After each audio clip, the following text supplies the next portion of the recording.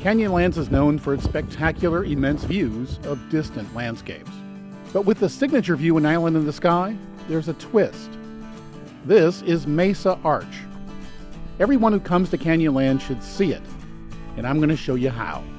The trailhead and small parking lot are about 6 miles from the visitor center. It fills up at sunrise, but at 9 a.m. on this day, there are plenty of empty spots. The arch is about 1/3 of a mile, or 10 minutes, from the road. It's just up this well-maintained path. There are 2 ways to get there, but the Raven seems to like this more direct route, and that's good enough for me. The trail gains just about 56 feet. I wouldn't really call this a hike. It's a well-maintained path that is well-defined as it gains just 56 feet. The climb is gentle enough for just about anybody, but if you need to, take a look around. It's a good excuse to catch your breath. Signs remind you to stay on the trail to avoid killing the cryptobiotic soil. One step could kill one of these little colonies. These little bumps represent decades of growth in this harsh environment.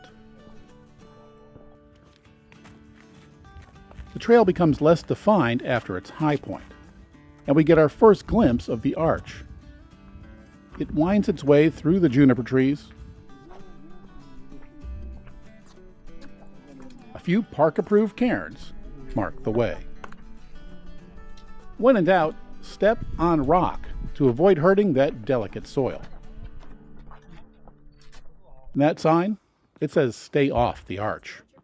Okay, from here, the arch doesn't look that special. It looks like just another arch, and not a very pretty one. But when you get closer, it gets better.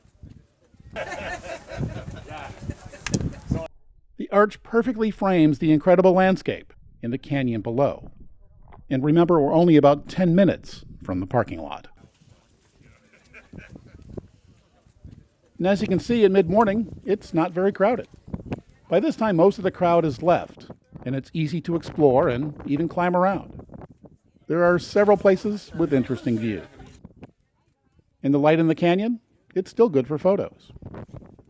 But the best time to be here, especially if you're really into photography, is at sunrise.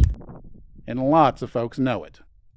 They come well before sunrise, and they're all trying to get under the arch to capture a classic shot like this, or this, or this.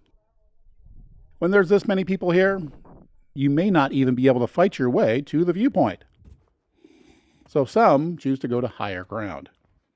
Sunrise is the best time to get the best shot, but it's not necessarily the best time to be here because the crowds, well, just make it a little bit difficult. The best time to be here is when nobody else is. When you're lucky enough to be the only one here, and once I was that lucky, it's one of the rare places with the sound of silence. Once all I could hear was the whoosh of air as a raven flew by. When you're done exploring, you don't have to go back the same way you came. Another trail goes around the other side of the mound, and this way seems to be a little flatter. Again, try to stay on the rock as much as you can. This part of the trail also has more little placards to tell you about the vegetation, both big and small. Again, it's an easy stroll back to the parking lot. This is a great way to just spend an hour to an hour and a half to see what is probably the best known view in Canyonlands. And once you've done it, you'll be glad that you did. Dude, there was a big ass one of my friends. There's so many.